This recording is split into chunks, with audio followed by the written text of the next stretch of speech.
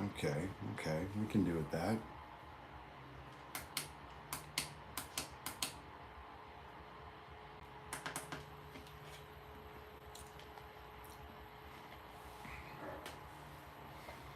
Going to.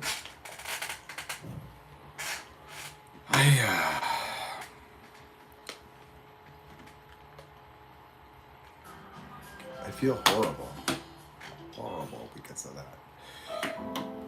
Hello, how's it going? Long time no see.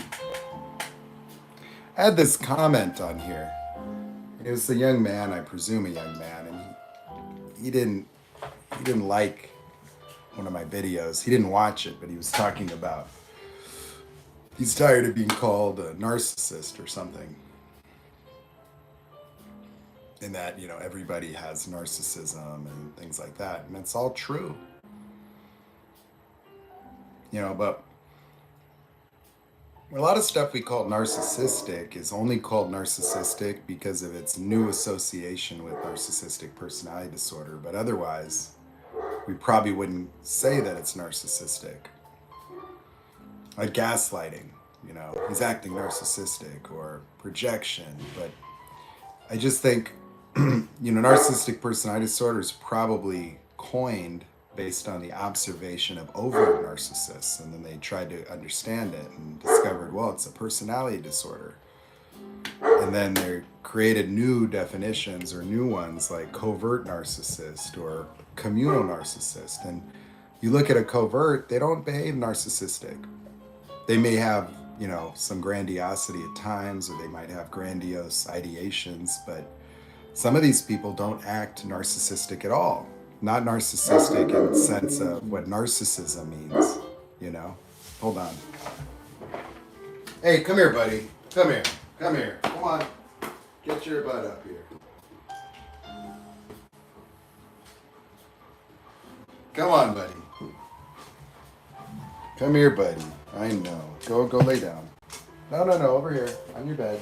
Go to your bed. Go to your bed. There you go. Your bed. Your bed. Yeah, good, buddy. There you go.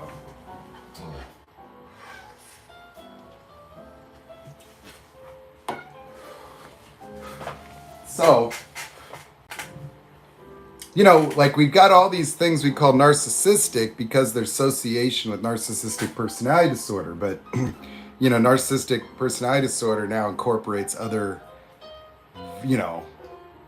presentations. The covert narcissists, because people are looking for narcissism. And so covert narcissists don't present as narcissists. Not in like the display of overt narcissism. They could at times, but it's a personality disorder that now covers a wide range of behaviors. And so, narcissism, is just say like a way of acting or being. Anybody could act narcissistic, and they could act extremely narcissistic, but doesn't mean anything about them having a disorder or not. That narcissistic personality disorder is not a threshold of narcissism. That it's not like, if somebody acts, or they, display, it doesn't mean they have a personality disorder. It could. It just so happens that people with this personality disorder and they have a false self that's grandiose, that will behave, highly narcissistic, pathologically narcissistic. Of course. But, there's not a connection. It's not like a threshold of acting narcissistic would, define the disorder, because many people that we call narcissists now may not in any way really act narcissistic. And that's why I think covert narcissists are dangerous for people, that, they're not overtly narcissistic. In fact, they're the opposite. Like a covert narcissist has grandiose inferiority, like the exact opposite of a narcissist, a perpetual victim. Like that guy's not running for president. He's not trying to build a rocket, to go to outer space. So like covert narcissists are almost the exact opposite.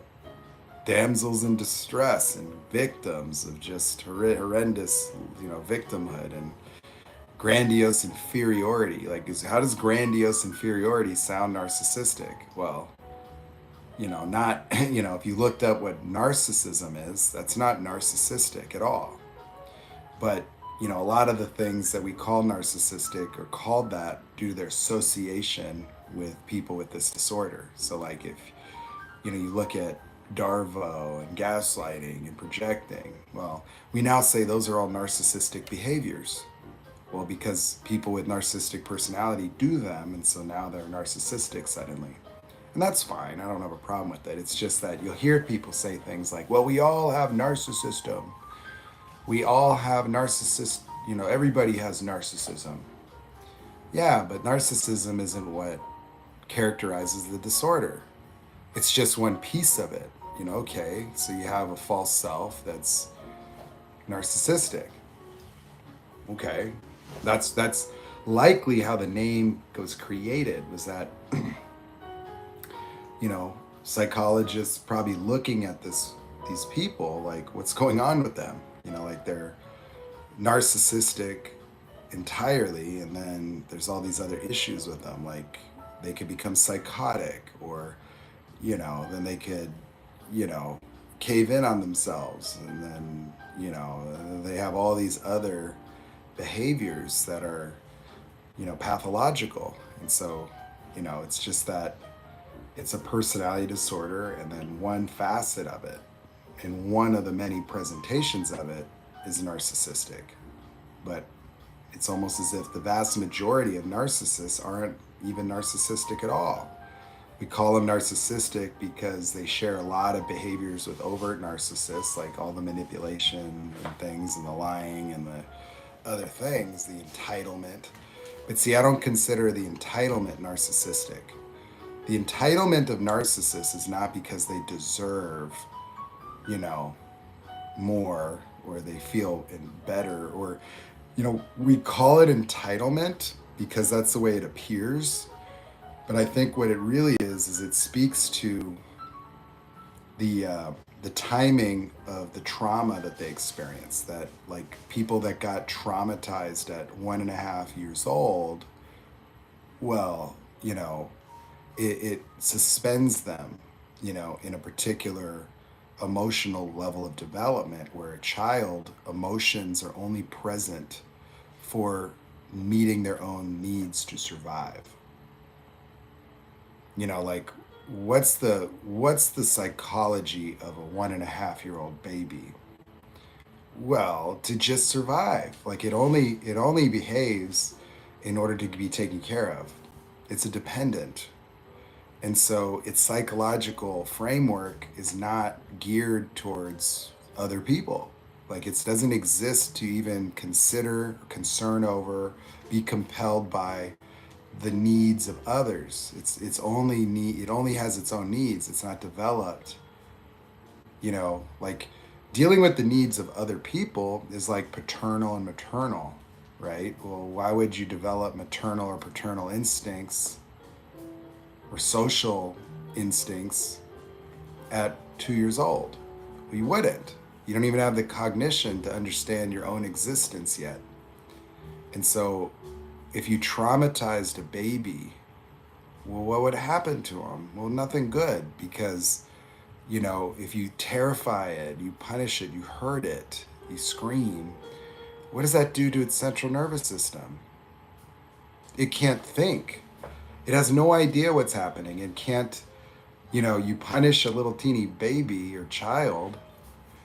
Narcissists project on everything, animals, humans, like, if they get angry for whatever reason, like, say that there's like a toddler and it knocks over something, well, they could be enraged, and they could scream and yell and punish and bad kid. Well, how's the child even process that? Those pathways aren't even matured, meaning, as the brain develops and matures, it's developing neuronal networks and pathways. Neurons are connecting with each other, patternizing. And so they don't have the cognitive power to us understand the circumstances that caused them to be traumatized.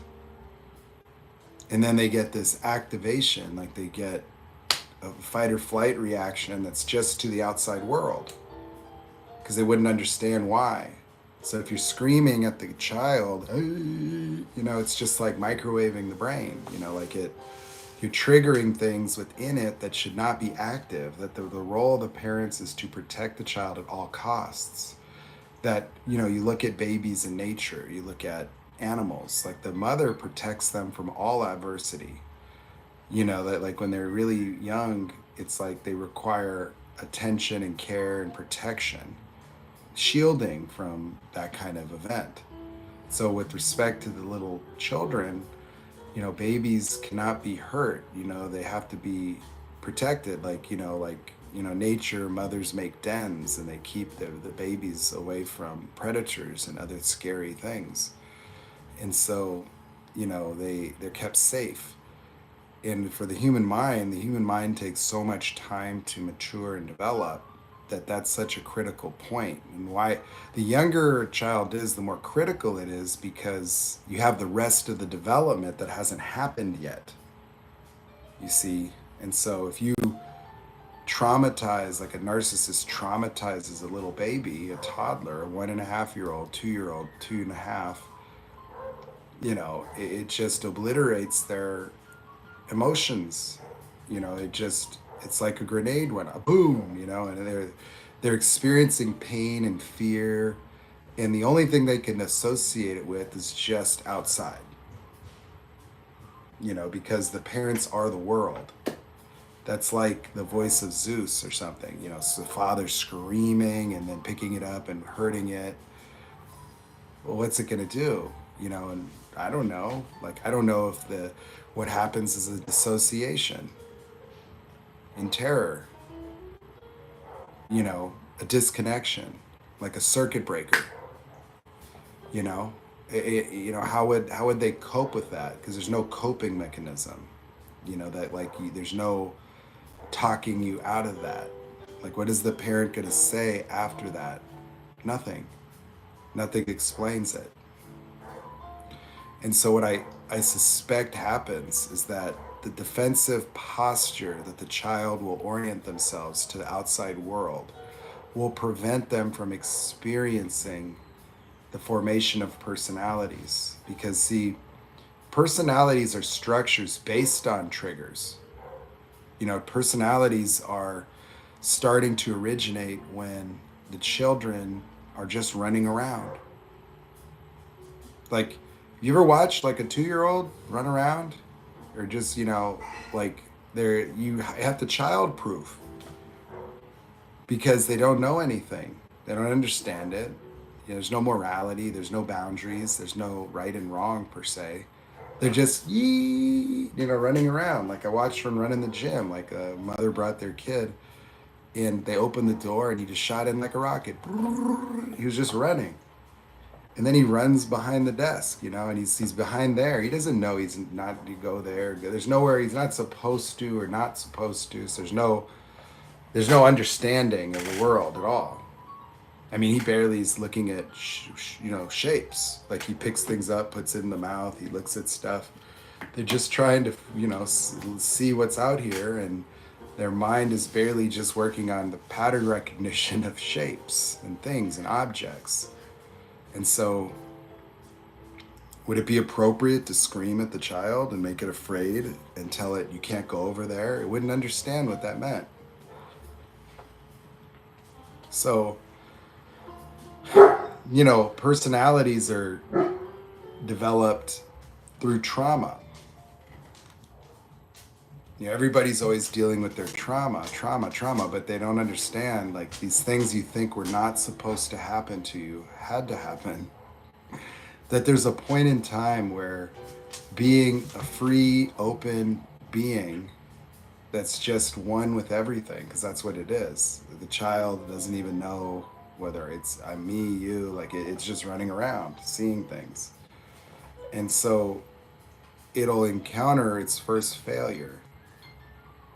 What do I mean? Well, I just mean that there's a point where just being and running around and, it just being a normal little being that's just open and running is going to have a problem. It's going to run into a challenge. It's going to run into a situation. Something will happen. It'll knock something over. And the mother will react. "Ah, no, Johnny, don't do that again. Da da da da da." And then the kid will like be in a little trigger, like, what's going on? Or it'll fall down or hurt itself, or something will happen where the way it was acting was not gonna work, and it doesn't know what to do. It has to actually process an emergency. It has to understand what just went wrong and what I need to do to fix it. And so what'll happen is in the occurrence of the being, it'll experience there's something wrong here. Like it went from being free and fine to like, uh-oh, something's wrong, like an emergency. It won't quite know. And it'll start to discern the situation. It'll look around and then it'll listen to the mother talk. And what'll happen is that it'll transition from there's something wrong here to there is something wrong with me. That there's something about me that caused this. And it'll say something. I'm not enough, or I'm bad, or whatever the case may be. You'll say it.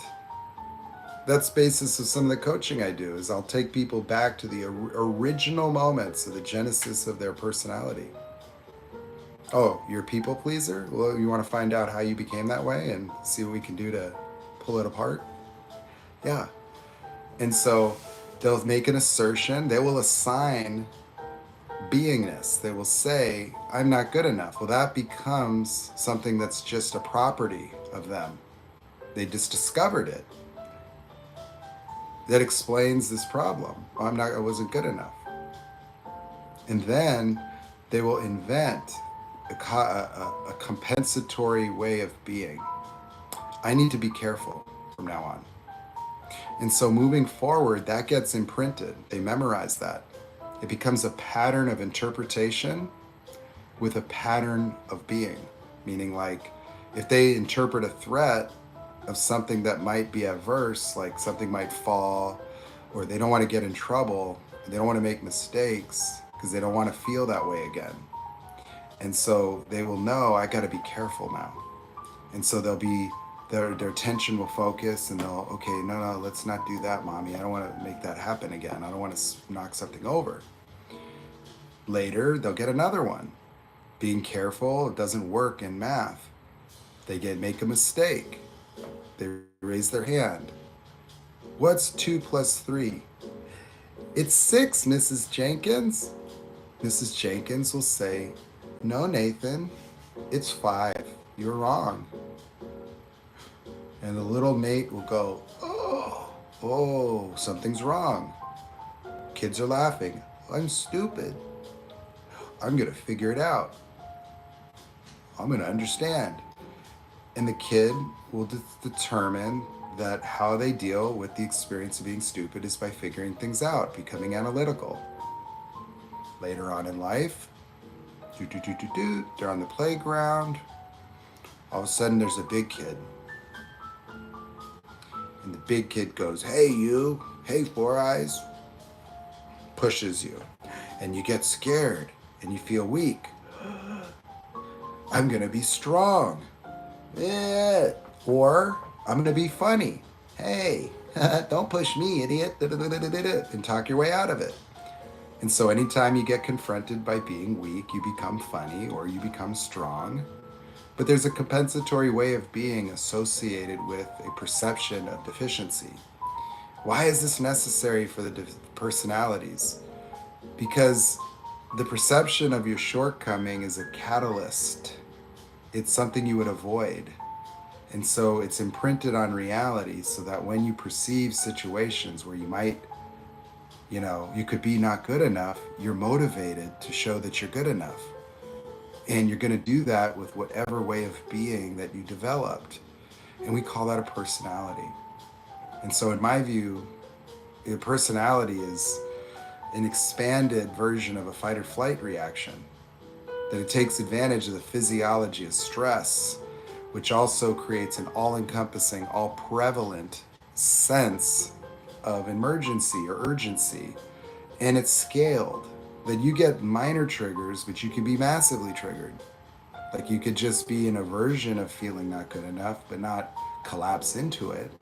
And it'll motivate you subtly to do better or do this or do that, or even the thought of it, even the ideation of I've got a job interview and you're going to, you better get it together. You're driven to get ready for work and you're going for the interview and you're nervous and you're worried that, you want it to go out well. So you want to impress them. So you're preparing. And why are you so motivated? Because the outcome can dictate how you feel. That you want to do your best so you don't feel not good enough and you do feel good enough. And so your personality is not just how you act, but it's also how you see the world. And it provides consistency over time. It provides permanence. Well, why? How? Because if you're going to act that way, you're going to get results consistent with it. You're going to have a life that looks like, oh, I wasn't good enough here, I was good enough there.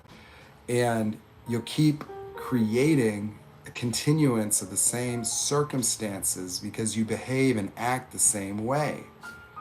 And over time, you will know yourself through memories. You'll be like, that wasn't that good then, and I was good enough there. And you'll start to develop an identity, a sense of self predicated on your results, predicated on the outcomes of these different ways of existing. And it creates consistency with respect to your identity. And so you know people. How do you know that person? Well, there's predictability. There's consistency in the way their demeanor works, or the way they think, or the way they respond to life, the way they talk, the way they regard people. And not everything about a human is simply constrained within the rigid boundaries of these structures of personality. But for the most part, these are sort of how they survive life. These are like very correlated to what they choose in their career, how they know themselves to be. Like someone will say, I know myself to be a caregiver. Well, what does that mean? Well, it's because they just think they're that way. Well, no, they created themselves to be that way. That who you are was very sensitive to your environment, that the personality is environmentally sensitive because it's developed inside of whatever environment you were within. And that's why if you have, you see people that date narcissists, they have narcissistic parents. You can try to, in a rudimentary way, explain the phenomenon of it, but it's really as simple as the way that they learn to be in relationship to those parents and their own experience themselves is consistent. That in that environment, people pleasing was a survival strategy to deal with abuse. That you had parents that didn't treat you properly, that their love was very much inconsistent to you. And you saw that it had something to do with their emotions and their moods. And while you couldn't fix them, you wanted to affect them. You wanted to see that if they devalue you and disapprove, well, if you try to improve yourself, you're trying to make yourself good enough so that you cannot get devalued. And so you associate the devaluation with a need to aspire to become better, to make that stop. And then to survive in that, you attach to the good you see, that you love the way that they are when they're nice to you. And so you relate to them as such, and it mitigates fear. You're always on eggshells, but there's a good person in them. You see the good in them.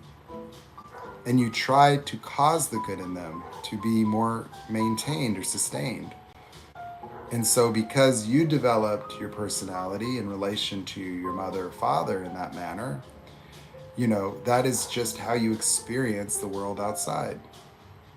That now love is conditional. Like relationships require something of you in order to belong, in order to be good enough. But because it's grounded in a sense of being not good enough, In many ways, you'll experience being disqualified. And because the state of being triggered by life is an all-encompassing emergency level emotion, meaning that when you're triggered, a fight or flight reaction is designed to be like an alarm bell in school. Let's just say your inner child is inside you, like an inner child in the classroom. And the inner child could be amused, it could be at peace, it could be studying, it could be drawing and doodling. What happens when the alarm goes off, or the fire alarm, is there's a drill. And so that takes precedence over today's study session. Your internal emotional environment would just be, your baseline. No trigger, no urgency. It's just you could be sad, happy, you could be any of these different emotions just based on whatever's going on around you. Doesn't mean you're triggered, you just have normal feelings. That's a normal state. Like my dog sitting here, he's just in a state. He's just at peace or at rest. Unless something triggers him, like he'll start barking. He'll react to a threat that's outside, a fight or flight. That fight or flight overcomes any other emotion. You see, because your triggers are extended fight or flight reactions, they basically obscure your emotional environment internally, intermittently. You see, being triggered in a fight or flight is a temporary emotional state of emergency that overrides whatever the animal is experiencing. So if a lion is sitting there, it's just sitting there. And then something enters its visual field, its pattern recognition will say, oh, it's a hyena. Fight. Pupils dilate, heart rate goes up, adrenaline, blood vessels constrict, increase contractility, and it will attack. If it was a different threat, it might run away. But the trigger is arrested at the elimination of the perceived external threat. Well, see, the thing about it is that when you're triggered as a human being, you have a perceived external threat as well. And we've compounded it in language because your threat is now becoming not good enough or being stupid. And so you have anxiety about your test. You're worried about the job interview. You're worried about what your husband thinks of your new dress, or people are going to taste your cooking. And so you're very perceptive to the potential that you could be not good enough and fail. And so you see, the thing is that these ways of being lead you in a vicious circle of trying to go away or avoid the experience of being not good enough and arrive at the experience of being good enough through a way of being, a predetermined trait that you generated to make sure you never felt stupid or never felt not good enough or never felt weak. And so, depending on the perception of the outside world, you will turn into one of those ways of being to avoid the potential of feeling the way that you felt in that one moment as a child. And so you experience yourself as not good enough merely as a motivator to try to drive you to become good enough, so that you would have the motivation to act in life. And so you're being cattle prodded through life by the recreation of unpleasant emotional experiences. And so it's a necessary component. People wonder, why do human beings need to suffer? Because that's just the way we're designed. That's it. That's just how it works. Otherwise, what would motivate a being? What would make a child never, want to be careful? See, if the child had no fear associated with making a mistake, then there would be no motivator to be careful. If it just experienced pain, but it didn't memorize that and patternize it, it wouldn't learn, or it wouldn't automatically behave a certain way. Because we can't count on children and beings 10,000 years ago developing the kind of cognition and understanding we have today. That these are rudimentary structures. And so that's how they work. And so because we're so evolved from the animal kingdom, we took the fight or flight and we transformed the jungle into our concrete jungle. And we play the game of survival with the same vigor, and we try to get through life with the intensity of predators destroying things or running from them. It seems so serious to you to become good enough. That's why your trauma bond is so severe. It's like life or death. Yeah, because it's a fight or flight. Because it's trying to make you do something. The problem with these mechanisms is that as we've developed in complicated societies, they're less articulate than they would be 10,000 years ago. You see, 10,000 years ago, these very primitive ways of being, your parents are pretty primitive, then well, they're gonna, there's not as much diversity and development and complexity within society. And what you're seeing now is that these rudimentary, dynamics of psychology become less and less accurate and articulate to the realities of the world outside. That we have developed societies and cultures and technologies and dimensions of things that have grown so fast that how could we evolve the psychology to account for it all?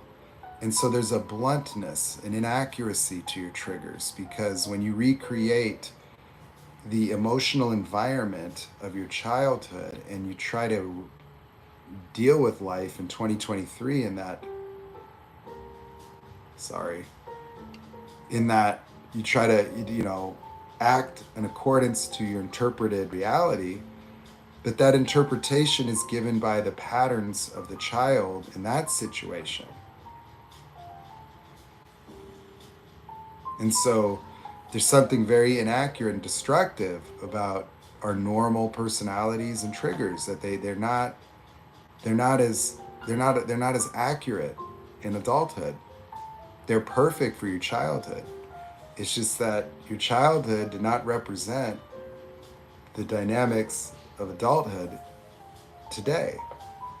And while these are very necessary structures to try to ensure the survival of our ancestors based on the development of our intelligence,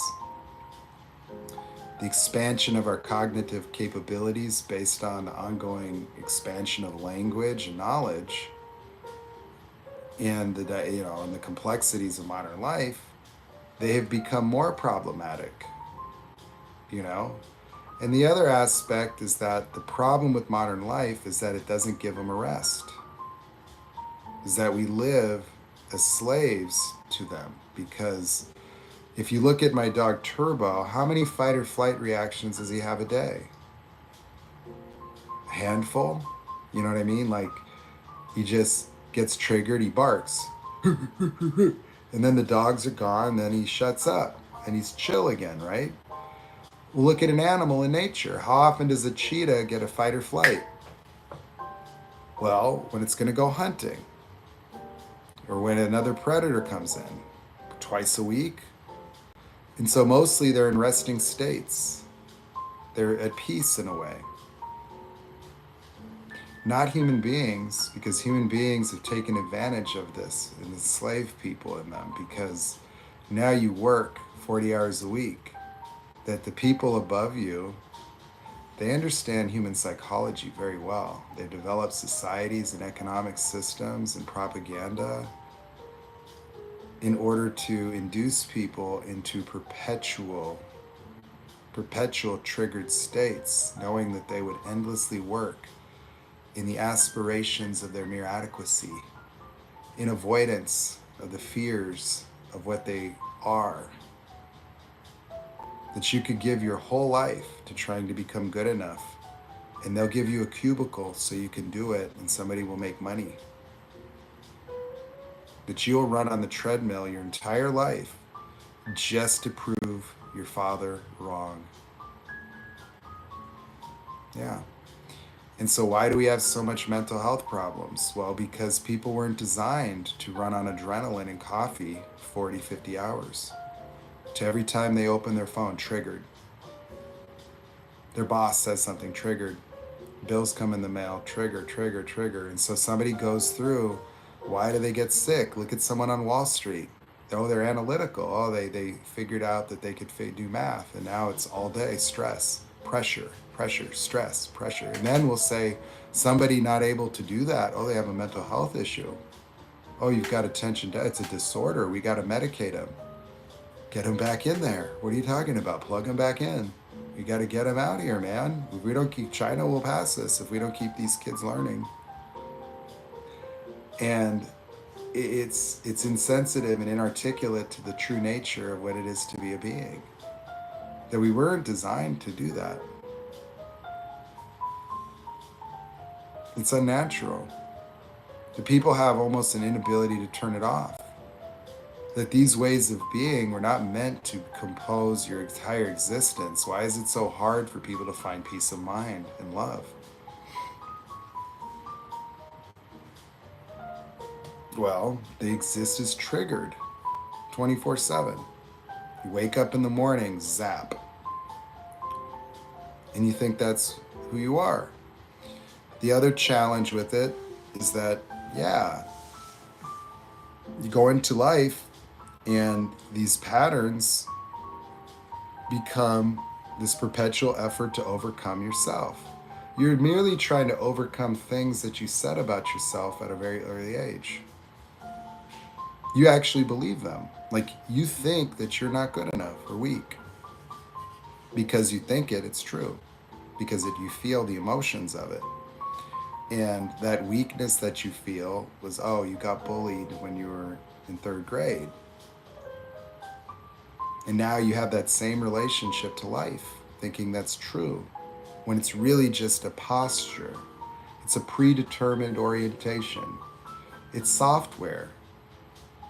How much freedom do you think you really have? You think you have freedom? You have no control over being triggered. And then you have no control of the subsequent version of reality that they can conjure when you're triggered. And then you give a very limited range of motion in terms of how you might respond. And they're all encased in preconceived emotional outcomes that you are to avoid. You will sit there and think, oh my God, someone's asking me for help. You'll be triggered. You'll get anxiety because you'll be like, well, on one hand, if I say no, they're going to think I'm mean. They won't like me, or it's going to cause conflict. I don't like conflict because when I had conflict with my parents, you don't even think that far, but that's why. And so you have anxiety to say no. And you know if you say yes, you're going to get used, or you're going to induct yourself into something you don't really want to do. Your schedule's already busy. You have a hard time saying no. You want to say yes to make them happy. You like making people happy, but you have anxiety because you're overworked. You've got too much of that already. You keep saying yes and bad things happen and you just don't feel like you have any control. And you feel like, what am I going to do? It's yes or no. Okay, yes, absolutely. I would love to do it, Melissa. Do you already have a moving van, or should I rent one for you? Yeah, of course I could do it. Yeah, my schedule is technically open. I don't need Saturday or Sunday. It's okay. And so you make decisions and you don't have choices, because you make decisions within the limited framework of the reality that you generate, cattle prodded by your anticipation of the outcomes of various choices. Driven by these fears, driven by these knowings of self that you are attempting to repair perpetually, and you can never do it. You can never fix being not good enough. Why? Well, because there's nothing to fix. It's merely a statement. It's a way of being. It has no merit. It's something a child said. Well, they just, and so the more you try to overcome yourself, the more you validate the self that you're trying to overcome. You try to fix being not good enough, you'd only do it because you think you're not good enough, and you carry it with you. The whole time you're trying to become good enough, you feel not good enough the whole time. It's pushing you. And then what'll happen is that when you conclude a vicious circle, it disappears. You get the payoff. Oh, a little dopamine for a job well done. A participation trophy in another effort of arbitrary work and effort. Great job, Nate. You did wonderful last month. Employee of the month. Oh, I'm good enough. Yay, feels great. Monday's coming though. Start it all over again. And so that's it. And you live in an illusion where the suffering caused by these ways of being will go away. Oh, if you could build the right life, if you could get it all together. And so you preoccupy with getting all your ducks in a row or living in resignation and confirmation of the underlying thing. You either go in to become good enough or you're laying around and not good enough. And that's where a lot of people end up after narcissistic abuse, is they encounter somebody with the pathology that is not encumbered by those rudimentary mechanisms. They got a false self. The false self is not a vicious circle. The false self is unadulterated presence until a narc injury. They don't have the... And so psychopaths, narcissists, sociopaths, they look at us like robots. I look at them like robots, but they look at us. Why? Because our behaviors are dominated by pre-existing automatic ways of reacting and responding to life. And when they figure out the right keystrokes, they'll have your number. And so they'll know how to devalue you to get you to question yourself or to do things that are good for them. They'll learn how to guilt trip you. If they learn that you're scared of loud noises and sounds, then they yell at you and act like they're mad. And you feel guilt. You'll have emotions that are has nothing to do with them. You're going to feel emotions from childhood, and you're going to feel small and helpless and paralyzed because that's what you did as a kid. Because if your dad screamed at you when you were 4, it was like, oh, what happened? What's wrong? You don't even know what happened. You're confused. You're trying to figure out what you did wrong. And so some people have that, a freeze reaction to loud screaming. Are they really mad? No. Do they really love you? No. And so they learn how to emulate the very behaviors that you would recognize as love or anger or disappointment. And then they just do what they got to do. And that's it. Because they only need supply. Yeah. They live in a fantasy. They want the grandiose identity to keep existing. It requires ongoing maintenance. They're paying the power bills through supply. That's all it is. Because they don't have a personality. See, like, your personality is structured in language because, you see, they were so deeply traumatized, they didn't have those moments of triggering trauma. Like, they could have a narc injury or something and throw a tantrum as a kid, but you see, they didn't create a new interpretation of self because their self was already created.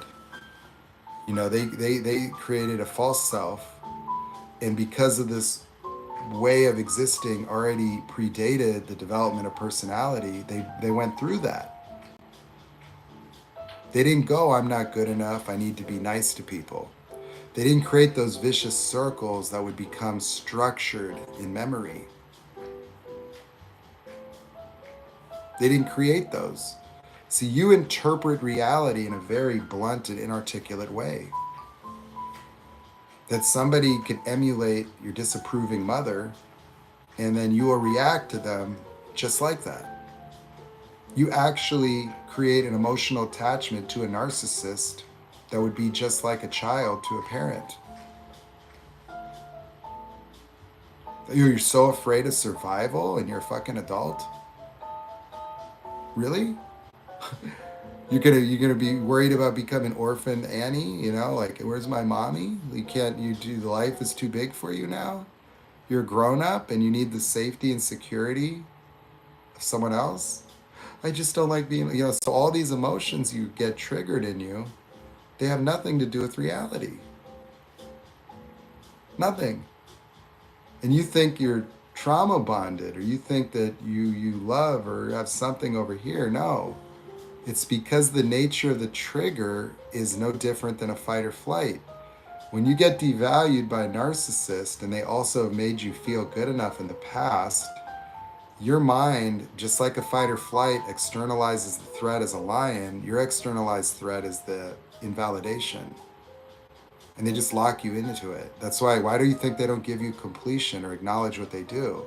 Because that would be giving the power back. You see, if they let the vicious circle go away, then your attachment would go away. You need them to let you out of feeling not good enough by making you feel good enough again, and that's why you would want to let them hoover you. It's the only reason. It's to fix how you feel. Or you'd want them to say they're sorry so you could have the guilt trip go away. Because they're the originators of the triggers. If you got triggered at work about something you didn't do right, you would preoccupy with that, and that wouldn't go away until you resolved it or dismissed it or blocked it out or did some way of dealing with it. And in this instance, the narcissist became the source of your own experience of yourself by breadcrumbing you to give you a little bit of good enough, to take you out of the vicious circle so you could feel love every once in a while. Because when you're triggered, you don't have access to love, peace of mind. You don't feel like yourself. And so he could leave you there. It's like pushing pause on you. Just let you sit there and just stick with it. That's it. And everything they do is taking advantage of these rudimentary mechanisms of your personality. Oh yeah. Oh, you're going to ask them questions and then they're just going to trigger you with guilt? Just darvo you? Yeah, because when they trigger guilt, they turn you into a child. And like you got in trouble. And then they start feeding you nonsense, and then your mind is processing it. And now your only preoccupation is to make the guilt go away. Because the guilt becomes all consuming and so profoundly powerful, you prioritize the guilt. And now you're distracted by your own emotion that you want to get rid of. And it affects the way you think. You actually start, because the guilt would be the outcome of doing something bad, they put the guilt there first.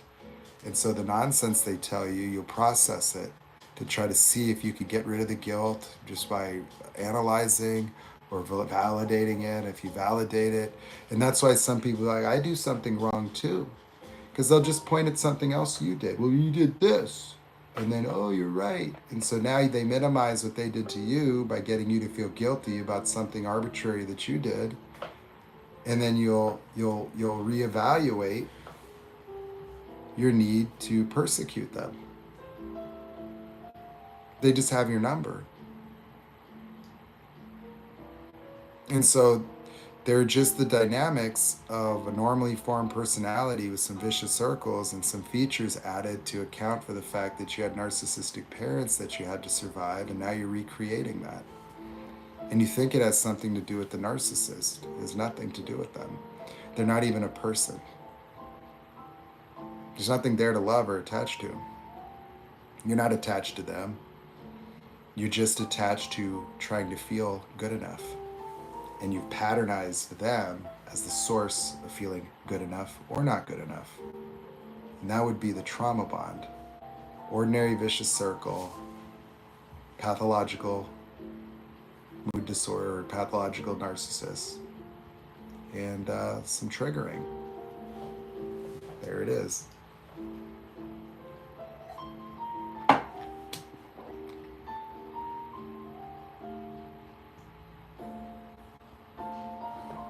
I haven't read a single comment.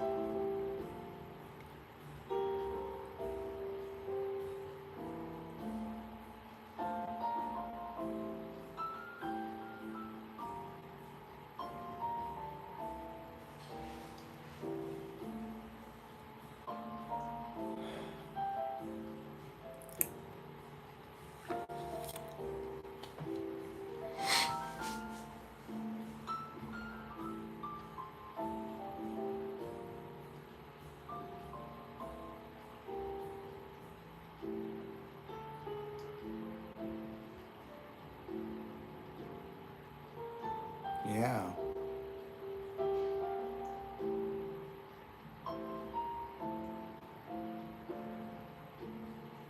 Yeah, exactly. Well, that's what it is for BPD. See, the problem with borderlines is they feel unlovable, not good enough for love. And so it takes mirroring, and it takes an excessive amount. You see, because the borderline won't feel good enough unless somebody is a soulmate. They externalize the love and they expect reciprocation in order to deal with their anxiety of abandonment.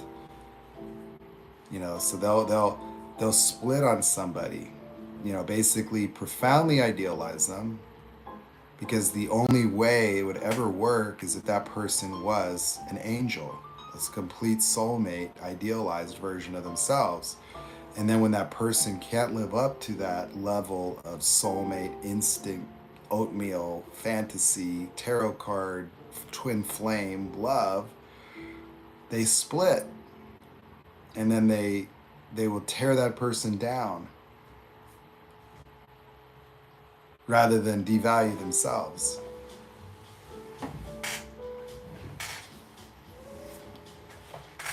And that's why borderlines go for narcissists, is because narcissists mirror them. So narcissists can give them the reciprocation initially, and then they in turn give the narcissists all that supply. But the splitting with the borderline can help curtail narcissistic devaluation, but it also works because a lot of covert narcissists like that shit. Covert narcissists want a mommy. So it's co-parenting. The borderline wants the love from their parents. The narcissist wants a toxic mother. There you go.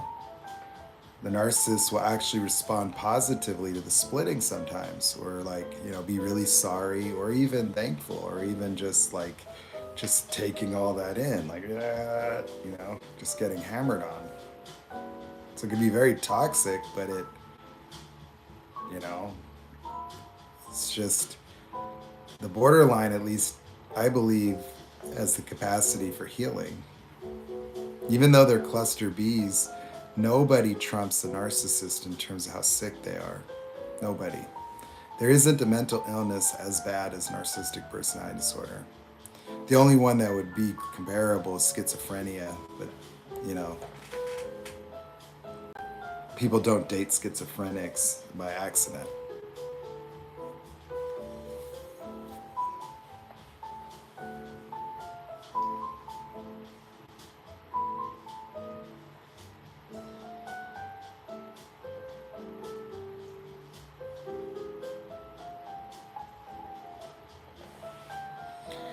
Yeah, we got one of them on TikTok.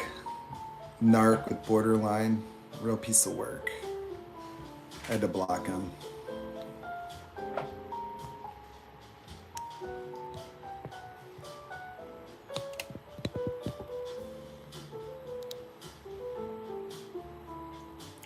Yeah, see, that's the one thing, is that regular codependents will start developing cognitive dissonance and idealizations that are like borderlines. Borderlines just do it all the way.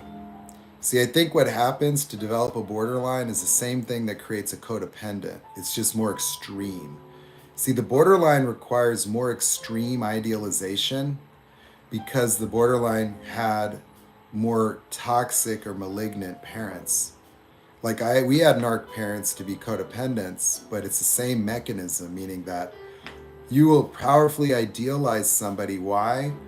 Because that's the escape of the trauma. Because when you live into an idealized future where you put that person there, that's going to heal you. That's your way out. So you survive the trauma of a toxic environment by idealizing mom and dad when they're really fucked up. And you attach to the good in them. But this is the cost of it, is it requires such profound idealization that you'll be loving to your mom, but then when she shows her ugly face, then you snap and you check them. But ironically, borderlines might think that they're doing the world a favor by checking covert narcissists when that's all the covert wants anyway. The covert is trying to fuck up to get you to do that, because that's how they get supply. Covert narcissists want the abuse. They want the smoke. You may not think it because they act like, "Ugh." No, their primary supply is reactive abuse. They're grandiose victims. They're grandiose inferiority. So they act out to get that.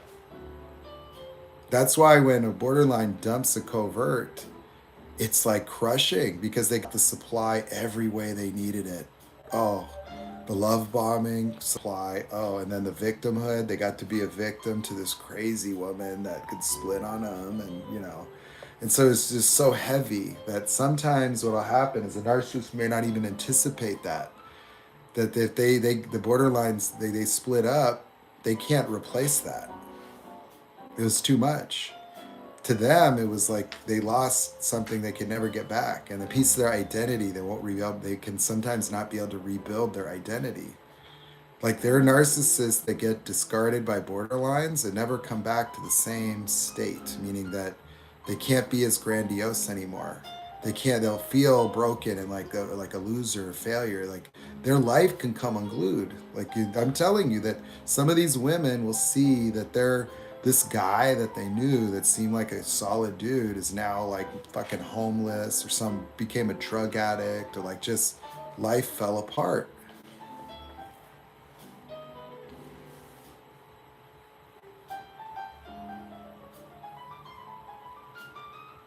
Oh yeah, they're sick. They're really sick. Like this one that I know online is messed up. He's a narc with BPD. I had to block him because I was told he was trying to hack me. We had a mutual contact, we'll just say, to somebody that reached out, and then that person wanted to just like look at my shop and see cars, and then like she's like, "Oh, he's trying to hack you, and he might stalk you." And she told me stuff about him, and it's like he's supposed to be a self-aware coach that makes videos trying to help people, but in reality, he's really messed up because it's not like it's curable. You know, like being a covert narcissist would be tough enough, and then you throw in borderline, attachment styles and splitting. Yeah, no, he could be very erratic, very unstable, very like people see him crying online, being a victim. He was crying about a borderline, like crying about like borderline girls do this to you, and it's like, yeah, what are you whining about? What the fuck you crying about? Like, what do you expect? Like, let's get real. Like, it's just non-reality. Or you thought that you're NPD borderline trying to heal yourself, and you're gonna date a borderline, and that it's just gonna be, it ain't gonna have some fireworks. No, man. Just get yourself another narcissist, man. The borderlines will light you up. Yeah, the borderline will tear you up, dude. Because they're so reactive because of their attachment sensitivities. They could go from like angel to demon overnight or like instant. Like you devalue them and they get triggered and they split. They could be they have similar energies inside. Like they could become psychopathic. The only difference between a borderline splitting and a narc injury is that narcs are vindictive and they were more damaging. Like a borderline wants to express how they feel, and they could be rage and very upset. But it's at least circumstantial. Whereas like a narcissist gets in touch with that inner core and they become a victim. But the problem with narcissists is that narcissists are not able to acknowledge reality. So when a narcissist goes down the bunny hole of a narc injury that's vengeful, the terrible things they do require more justification as they go, more justification as they go. And so they could cement themselves in such a way that they cannot come back. They go too far. You see, if the narc goes too far, they can't rewind it, and so they have to perpetuate their victimhood to obscure from themselves the pathology that they are. Like somebody that has, grandiosity and wants to think they're a good person, when they start stalking or they do something, that's a slippery slope because they cannot address themselves. And so if they've already slipped too far, that's why I tell women not to unmask narcissists. Like If they discard you, leave that alone, because if you cause a narc injury and something happens in their life, or like, because if they fall apart in one area, it's not compartmentalized. You see, the whole identity collapses, and then they could lose their job or they can't function, and then they blame you for it. And then the bad things that they do require them to justify the bad things they do with more projection and more projection, and then they hate themselves for being that way. And because they hate being that way, because it's such a violation of their grandiosity, they continue to project onto you. It's why a psychopath will stab someone 200 times. Because a psychopath is in an existential struggle. Like, they have an angry inner child. They hold the inner child hostage, and they hate it because it was too weak. And what happens is they have a monster inside. And the monster, they have to keep it at bay, and it's trying to come out. And what happens is that it comes out in the perception of fear and weakness. And so if they hurt you, like if you see them, when they do something bad, it triggers them as a feedback because you made them do it. They feel like a victim when they hurt people. And then you made them that way. And so if they observe the terror, the blood, anything, it feedbacks to them, and they hate what they're seeing about themselves, and they project that more. And so narcissists in rage and psychopaths are self-escalating because their own behavior violates their false self, but it requires more projection. And so you'll notice if you get in an argument with a narc in any injury, they're self-escalating. Don't turn your back on me. Like their anger keeps escalating, and they're doing it they're talking themselves up. Like they'll be saying things to you that are projections, and then, reacting to whatever, and then escalating and escalating until, they're psychotic. And so that's what makes them dangerous in that regard, is that in my experience, it's limited. Like narcissists can be vengeful long term, and like if they get into a state like that, they may not be able to let it go, whereas like a borderline can come down from a split unless she maintains it, meaning like if she splits and the narcissist becomes worthless to her, that can be permanent. Like if she splits onto them and just they're worthless to her, she could just keep them in that, failure, pathetic, crawling on the ground state. So the borderline can actually almost like lock down a narcissist, where she holds the keys to a supply. She doesn't give a shit. And it's almost punishment. Like she just sees them crawling and doesn't care. I bet there's some borderlines that probably have 3, 4, 5 of them like that. Like that they just are the wrong one because they have a malignant side. Like a borderline that has a lot of anger could do that to just damage a narcissist. Shame spiral them and just then discard them and just leave them like a pitiful victim, and then not rebuild their ego. So you see these dynamics. They're very odd.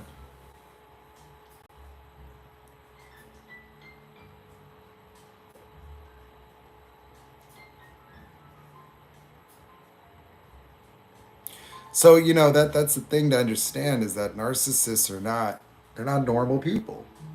Normal shit doesn't apply. Like your desire for revenge or your desire for completion or understanding is unavailable. The acknowledgement you want is causing an injury. That there's not a person there. What I mean by that is that you're engaging a false self, and the false self's only interested in supply. You're talking to the wrong party. You're talking to the wrong people. You're talking to someone that has no availability for that. Hold on. What's up, Turbo? What are you doing? Come here, buddy. No more barking. Go on your bed. Your bed. Go to your bed. Go to your bed. Your bed. Your bed. There you go. There you go.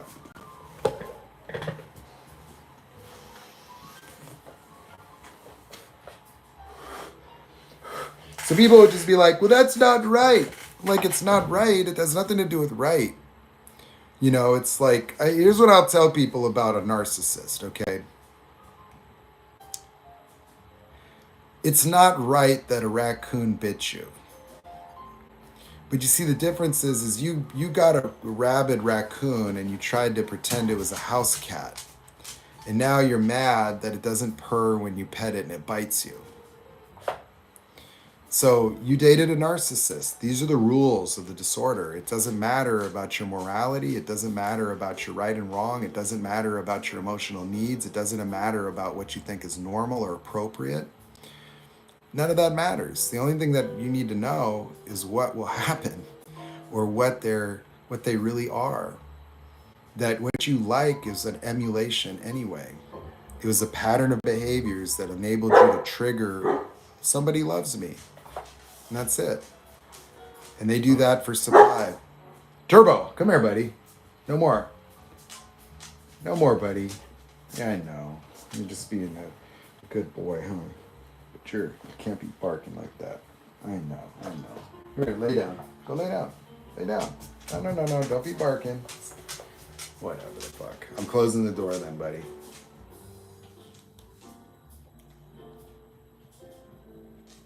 So it's vital to know that. Like, narcissists are all the same, men and women. The difference is just the dimorphism. That, like, I think NPD is the coward's disease. I just call it that because they can't face anything. It's just the way they're wired. So, like these narcs that are stalking women and abusing women, and they don't do that with men. They're cowards. That one of these dudes that could betray me as a buddy, he wouldn't try to fight me, but he could get a domestic violence charge. Oh yeah, you give him a 110-pound girlfriend. Now he's a real strong man. Like that's why they're bullies and cowards. They perceive weakness. They would only do something if they were assured that they wouldn't fail. And they're weak. And they're dangerous because they're so ignorant.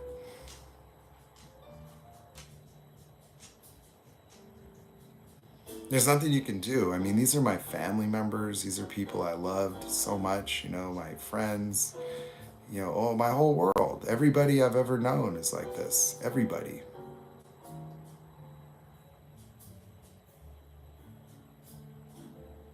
I've lived an entire lifetime where that was a normal person.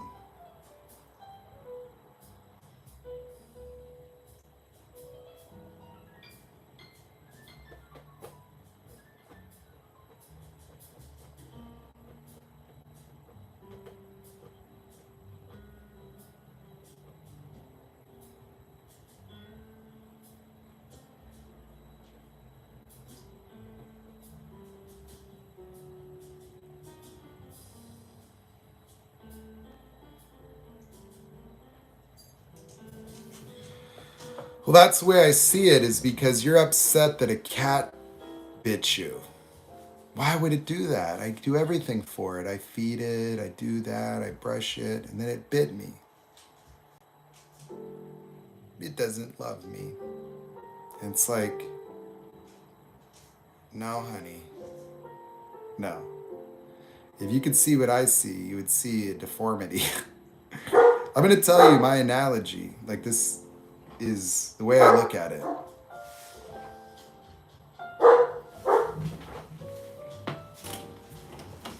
Hey. Shh.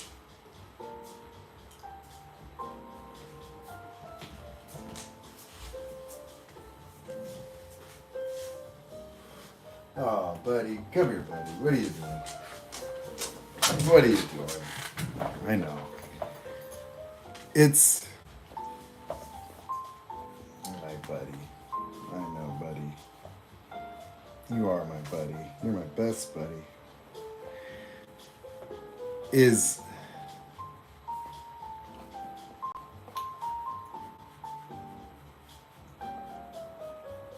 Narcissistic personality disorder is the person. It's not a person with BPD or person with a mental illness. The mental illness is the entire person, that there isn't any dimension of what they express that would be not defined by the disorder. The mind of the narcissist is predetermined, and so the way I see them is they all look the same, very similar. It's nuanced differences. That's it. And the way it looks to me is it's like if you had something like Down syndrome, like you could discern Down syndrome from everyone else really easily, couldn't you not? And it doesn't matter what the ethnicity or gender of somebody with Down syndrome is, that the disorder has such a profound influence on the development of the body, so it causes characteristics that are unmistakable, that are all defining in a way, beyond race or gender. You know, Whereas like narcissistic personality disorder is a malformation of the human mind, and it's resultant from such early age trauma that the rest of the development doesn't happen. And so that's why they all display the same tendencies and behaviors, is because the mind is the same, that the mind didn't develop to full term. The brain did. They developed cognitively, they developed language and terms they could study, they can be highly intelligent, but from an emotional standpoint, which is such a critical aspect of the way we think and behave, that is the same. That if you've entangled with one covert, you'll see that the relationship's not any different. Even the things that they say, the way they express themselves, the way that they do their bullshit, it's like the same person with different words and different things and different memories, but a different package. But it's ultimately, they're all so similar that they look the same to me. Because I'll examine them in language. Like I'll talk to people, and to me, they're just trapped in the prison of the disorder, that their mind cannot venture beyond the boundaries. That's it. So it's not that I'm comparing it to that. I'm just saying that when you look at somebody with Down syndrome, they all look similar. Well, the mind of a narcissist is all similar. And that is the most defining feature of that person. It's 99% of them. That the false self, it can be regenerated and change and shapeshift. And so when you think you knew this person or know this person, all you've done is become acquainted with a mask.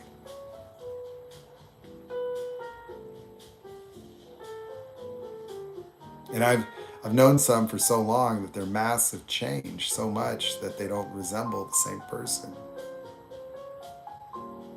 They have some breakdown and they come back a spiritual guru. They were Andrew Tate and now they're enlightened, doing healing crystals and, trying to lead people in ayahuasca ceremonies and, whatever. Talking to spirit guides and shit. Same shit. Different costume.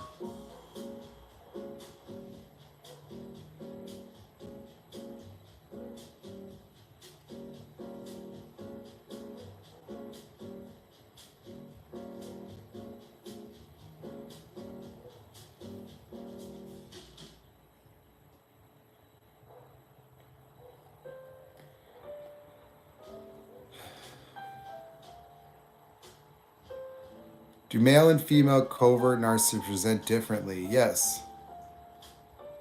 Well, the differences are based on the masks, right? Because it's modeled socially. Yeah. But they're very similar. They're very similar. But, men don't do the damsel in distress, you know what I mean? Like they will, see, like you'll meet a covert male and he needs he needs your help. You're going to try to make a man out of him. So it's like they're adapted socially based on gender roles and where they come from. But other than that, they're very similar. Very similar. So some of the behaviors are gender specific, but the gender itself is not significant. It's just socially the environment for men and women is different, right? And so male coverts seem more desperate. They're more clingy. Why would they be more clingy? Because they don't get as much supply availability. Like a covert female, because of the way men are with women, that she's gonna, for a certain time period, gonna have way more options, way more positive effect, from people wanting her. But like a covert male narcissist isn't going to be as desirable, and the covert male narcissist social relevance will deteriorate more rapidly because women, considered more socially subordinate, and it'd be less unusual for a woman to be dependent or whatever using men, and then the other way around, you see. And so like a man as a covert that's parasitic and uses women, because some of them do, really use you in all ways, financially and otherwise, get you invested in things and make you think that you're a power couple, but that you need to help them first. Well, the problem is that at what age does that become not reasonable?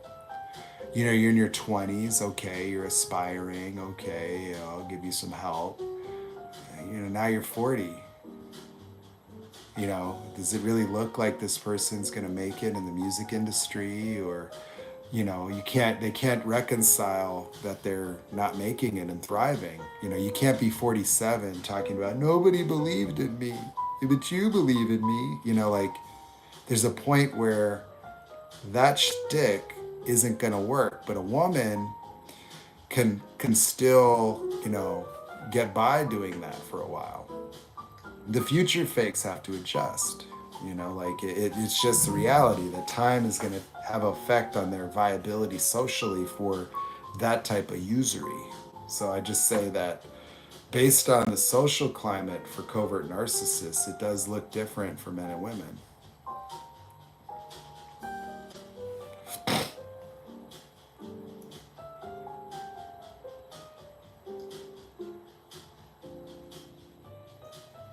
Oh, yeah.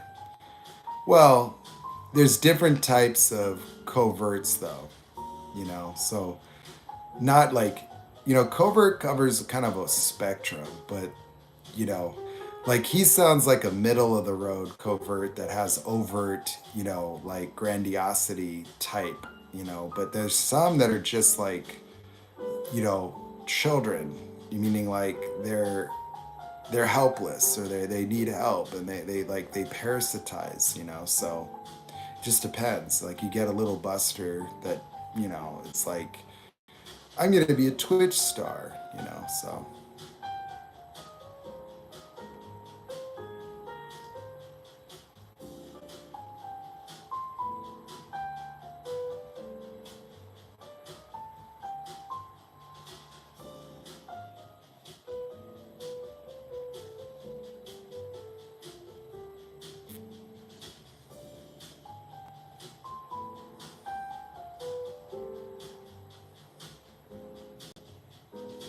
Wow.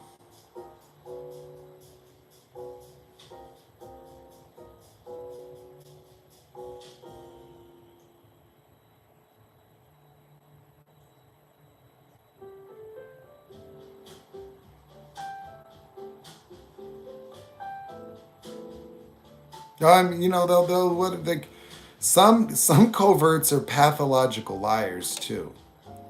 Some of them are like, some narcissists develop pathological lying and future faking with no substance, meaning like they don't do shit.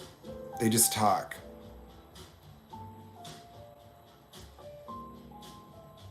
Because their mother embellished.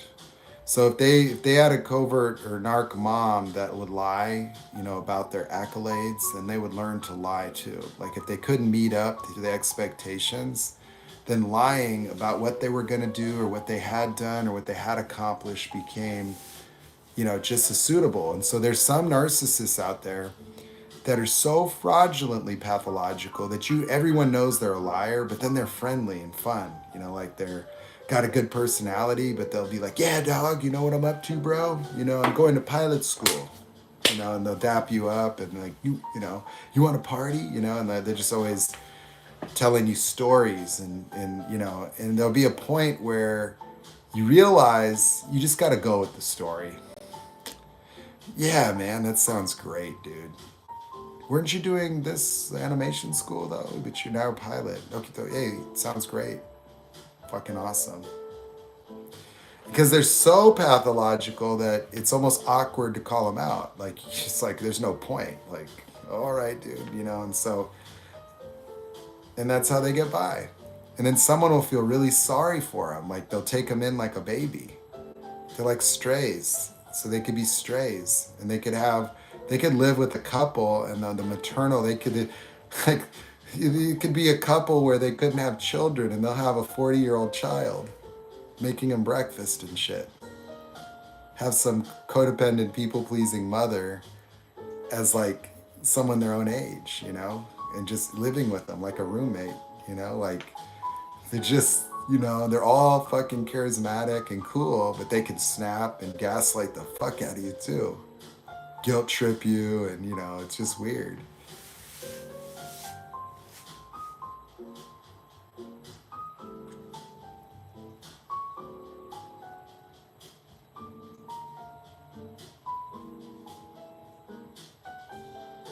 That happened to me. I was dealing with covert narcs in my business that were supposed to be doing car parts with me, and I just got screwed. Like they didn't do shit, and then this guy sued me.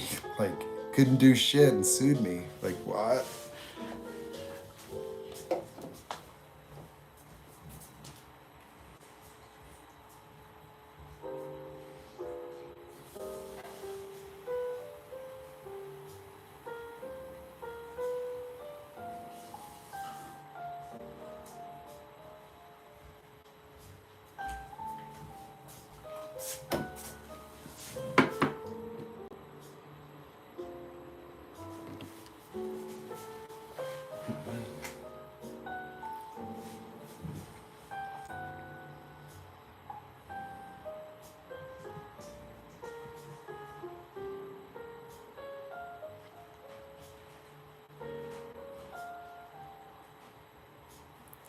It's terrible, man. Like my life's in destruct. Like I don't even know what the hell's gonna happen now. Like I I put so much into everything I was doing, and just that's how I woke up from this. Is it was full sabotage of my entire life from every angle because everyone was a covert narcissist around me. Every people I hired, people I was trying to work with, my girlfriend who's supposed to be my bookkeeper and accounting for me. It became just so stressful. I didn't know I had ADHD, and so it was like it put me into this perpetual stress state of trying to keep everybody believing in the vision, believing in me, believing and believing, and that cognitive dissonance of thinking everybody were these good people is what burned me. And this was the final time that this happened to me so much, and the magnitude of this, it's like it was so huge, but it was everyone. And it would turn my whole world upside down. I didn't know what a narcissist was in February. I never heard of it. I didn't know until I went on TikTok and saw it. That's why I started making the videos, because of that, because I didn't know what happened. Like I knew that there was something really wrong with this woman. My cognitive dissonance broke, and right in front of her, like it was like she lied to me, and I knew she lied. I wasn't, it was so, I just had to, I didn't even confront the lie. I just started asking some questions, oh, so you were there, and then, like I just kind of played out the story she told me, and couldn't have happened. You know, like what she described was physically impossible from a timeline standpoint, and she was somewhere else. And I already knew the answer. I didn't need to spy, I didn't need to pry. I just wanted to see how she responded to, just without even accusation. I just want to watch her behavior. And she behaved so oddly. I didn't recognize her. Didn't like her behavior. It was like she got caught in a way and she got really weird. And I was just looking. And I was like, what the fuck is this? I've known this person since I was 16. I had to sit down. I didn't deal with the relationship. We were at a different level already. I went right past the trauma bond, right into the what the fuck bond. What is going on here?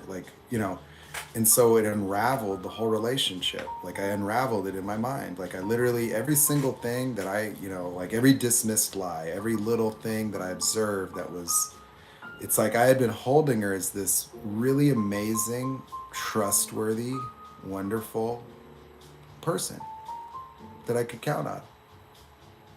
And the reality was that she was a saboteur, a cheating, lying user, a female parasite.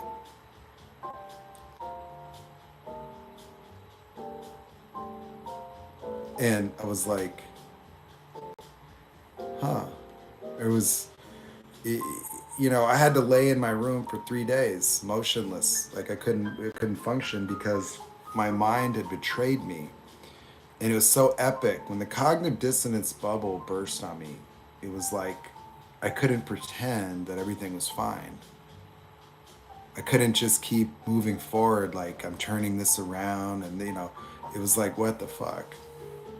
The guy that my fabricator, covert narcissist, quit over just talking production because he was just bleeding me and not doing his, and I'm like, what? And it was everyone. And I had been through this so many times, and I didn't understand why people turned on me that way. Like why, when I do really good things with people, suddenly, slowly they're undermining, or yes, let's do this, do that, but they're sabotaging me as I go for things that are mutually beneficial, and then making me think I'm nuts.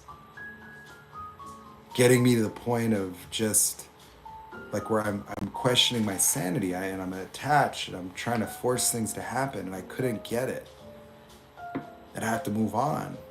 I'd learn then I'd have to gray rock them and get out of Dodge, and then betrayals from best friends, and this kind of shit with women, and this led me to know that, wait a second, I'm not crazy, but there's something wrong with me. Like how could I be 180 degrees off? And not with one person, with 5 people at one fucking time. And then it went through my whole life. Then it was like, started talking to my friends about, wow, my discoveries. Like, I learned this. And when I started talking to one of my buddies about NPD and this girl, he was like, hey, look, man, this is all so negative. You're already talking about the past. I'm like, this just was Saturday. Well, yeah, let's just focus on the future, bro. Let's keep it positive. And I'm like, I've known this guy since I was 19. And I'm like, he's been in my ear. Like he was, like he's been my friend. And I started looking at it. I'm like, he's had me in a chat room group, and it's been cheerleading. And sometimes I didn't even feel like sharing. I'm stressed out at work, but everybody's always like, oh, my positive results. And, it's just me, him, and this other narc that betrayed me in the past. And I'm like, holy fuck. Who else? And it was just like, it went all the way back. And then I'm like, my dad, my fucking brother. And then I'm looking at all my siblings. I'm like, all of them. Every single every one.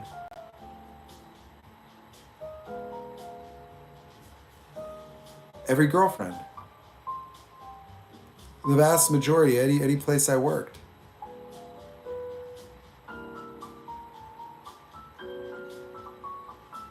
And I've been living these betrayals and sabotages, and then figuring out how to pick the pieces up, forgiving everybody, rebuilding myself, being in a hole for 6 months, losing everything, and then coming back. And it was always trying to figure it out.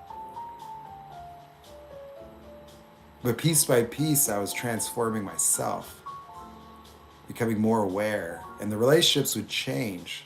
See, that's what I would tell you, is that as you become more self-aware, they have to be more covert. They learn your boundaries, and so they get sneakier, more beguiling.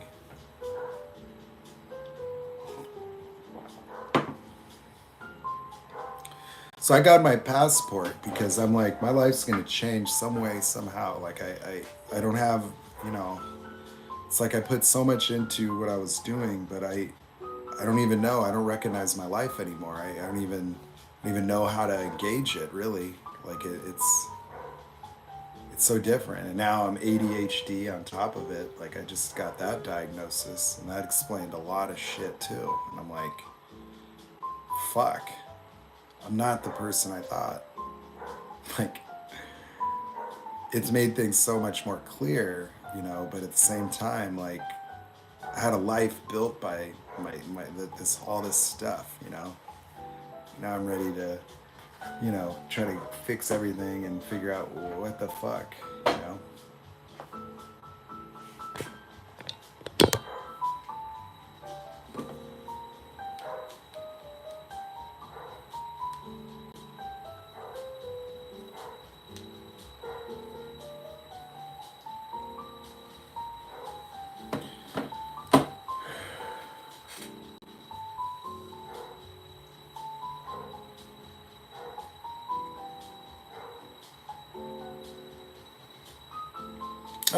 I lived, like, it took me a lot, like I was severely afflicted as a child. I didn't know that. I didn't know. Trying to live life with ADHD and not know. Go to college, do things. It's fucked up. Like, I had a very hard life. I didn't realize, I mean, it's been hard. But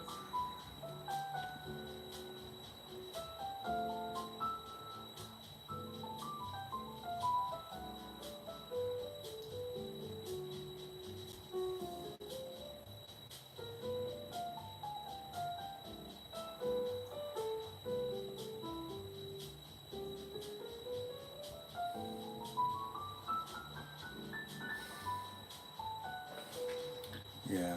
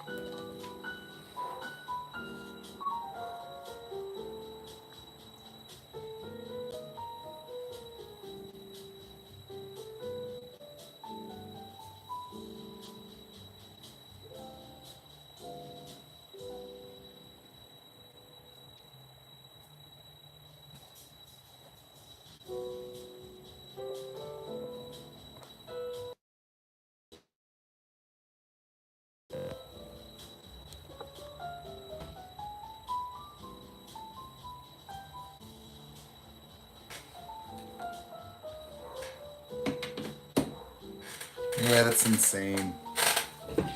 It's so tough. Damn.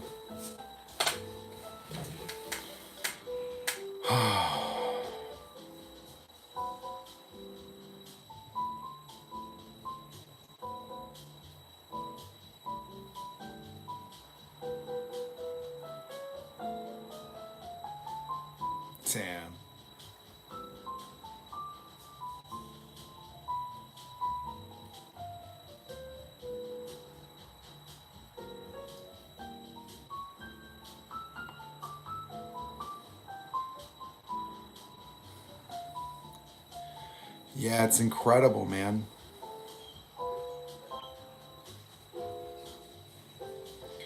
It's just such a different world, you know. The reason I share, man, is, it's like I know what it's like. I know what it's like, and it's just different. It's something, really to wake up from. It's a bit much.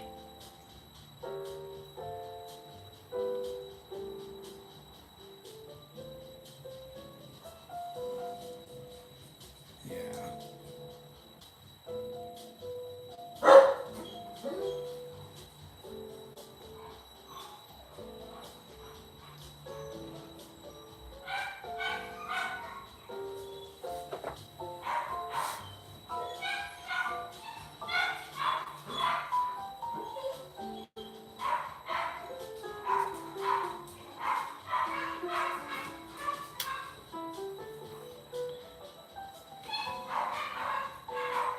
I'm gonna go for now. I'll come back. There's a lot of people on here now, though, but I gotta take off for a second. Maybe I'll